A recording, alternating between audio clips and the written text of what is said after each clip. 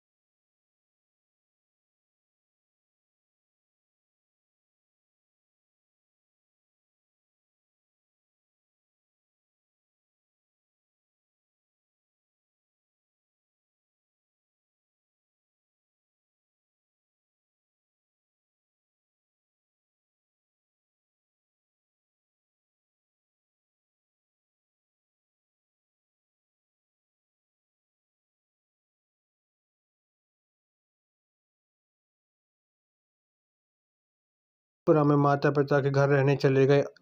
नवंबर 1871 और फिर 1814 में उनकी माता ने 2 और बच्चों को जन्म दिया, लेकिन फिर से उनके दोनों बच्चों को बचपन में ही मृत्यु हो गई। 1 अक्टूबर 1892 को श्रीनिवास रामानुजन को स्थानिक स्कूल में डाला गया। मार्च 1894 में उन्होंने तमिल मीडियम स्कूल में डाला गया। उनके नाना की कांचीपुरम की कोर्ट में कर रही जॉब को खो देने के बाद रामानुजन और उनकी माता कुंभकोणम गांव वापस आ गई और उन्होंने रामानुजन को कंग्या प्राइमरी स्कूल में डाला। जब उनके दादा का देहांत हो गया तो रामानुजन को उनके नाना के पास भेज दिया गया, जो मद्रास में रहने लगे थे। रामानुजन में मद्रास में स्कूल जाना पसंद नहीं था, इसलिए वे ज़्यादातर स्कूल नहीं जाते थे। उनके परिवार ने रामानुजन के लिए एक चौकीदार भी रखा था ताकि रामानुजन रोज स्कूल जा सके, और इस तरह 6 महीने के भीतर ही रामानुजन ने कुंभकोणम वापस आ गए। जब ज़्यादातर समय रामानुजन के पिता काम में व्यस्त रहते थे, तब उनकी माँ उनकी बहुत अच्छी देखभाल करती थी। रामानुजन को अपनी माता से काफ़ी लगाव था। अपनी माँ से रामानुजन ने प्राचीन परंपरा और पुराणों के बारे में सीखा था। उन्होंने बहुत से धार्मिक भजनों में भी गाना सीख लिया था ताकि वे आसानी से मंदिर में कभी कभी गा सके। ब्राह्मण होने की वजह से ये सब उनके परिवार का एक ही भाग था। कंग्या प्राइमरी स्कूल में रामानुजन एक होनहार छात्र थे। बस 10 साल की आयु से पहले नवंबर 1894 में उन्होंने इंग्लिश, तमिल, भूगोल, गणित की प्राइमरी परीक्षा उत्तीर्ण की और पूरे जिले में उनका पहला स्थान आया। उसी साल रामानुजन शहर की उच्च माध्यमिक स्कूल में गए और जहां पहली बार उन्होंने गणित का अभ्यास किया। श्रीनिवास रामानुजन का बचपन 12 वर्ष की आयु में ही श्रीनिवास रामानुजन ने अपने ही घर पर किराए से रह रहे 2 विद्यार्थियों से गणित का अभ्यास करना शुरू कर दिया। बाद में उन्होंने S.L. लोनी द्वारा लिखित एडवांस ट्रिग्नोमेट्री का अभ्यास किया। 13 साल की अल्प आयु में ही वे उस किताब के मास्टर बन चुके थे। उन्होंने बहुत खुद सारे थ्योरम की खोज की। 14 वर्ष की आयु में उन्होंने अपने योगदान के लिए मेरिट सर्टिफिकेट भी दिया गया। साथ ही अपनी शिक्षा पूरी करने के लिए कई सारे अकादमिक पुरस्कार भी दिए। सांभर तंत्र की स्कूल में उन्होंने 1200 विद्यार्थी और 35 शिक्षकों के साथ प्रवेश दिया गया। गणित की परीक्षा उन्होंने दिए गए समय के आधे समय पर ही पूरी कर ली थी और उनके उत्तरों से ऐसा लग रहा था जैसे ज्योमेट्री अनंत सीरीज से उनका घरेलू संबंध है। राजा रामानुजन ने 1902 में घनाकार समीकरणों को आसानी से हल करने के उपाय भी बताए। बाद में क्वाड्रेटिक को हल करने की अपनी विधि बनाने के लिए लग गए। उसी साल उन्होंने जाना कि क्वाड्रेटिक को रेडिकल्स की सहायता से हल नहीं किया जा सकता। सन 1904 में श्रीनिवास रामानुजन मद्रास विश्वविद्यालय में प्रवेश की परीक्षा में सम्मिलित हुए, परंतु गणित को छोड़कर शेष सभी विषयों में भी उत्तीर्ण हो गए। कुछ समय बाद रामानुजन ने फिर से 12वीं परीक्षा पास की और उत्तीर्ण हो गए। रामानुजन ने 12वीं में 2 बार फेल हुए थे और इससे उन्होंने मैट्रिक की परीक्षा पहले दर्जे से पास की थी। जिस गवर्नमेंट स्कूल में पढ़ते हुए वे 2 बार फेल हुए, बाद में उस कॉलेज का नाम बदलकर उन्हीं के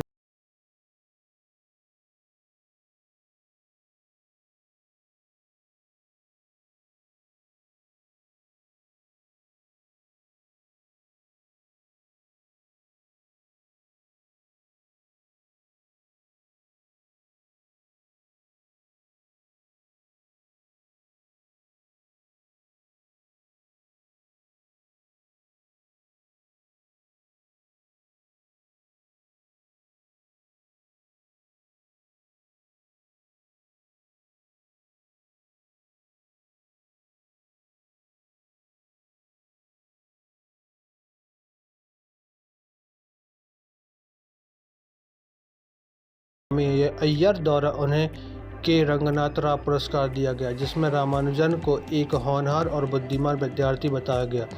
उन्होंने उस समय परीक्षण में सर्वाधिक वैज्ञानिकों के लिए अबूझ पहेली बने हुए हैं। एक बहुत ही सामान्य परिवार में जन्म लेकर पूरे विश्व को आश्चर्यचकित करने की अपनी इस यात्रा में उन्होंने भारत को पूर्व गौरव प्रदान किया। श्रीनिवास रामानुजन अधिकतर गणित के महान ज्ञानी भी कहलाते। उस समय के महान व्यक्ति हैं लियोनार्ड यूलर और कार्ल जैकोबी उन्होंने खासा पसंद करते थे, जिनमें हार्डी के साथ रामानुजन ने विभाजन फंक्शन का अभ्यास किया।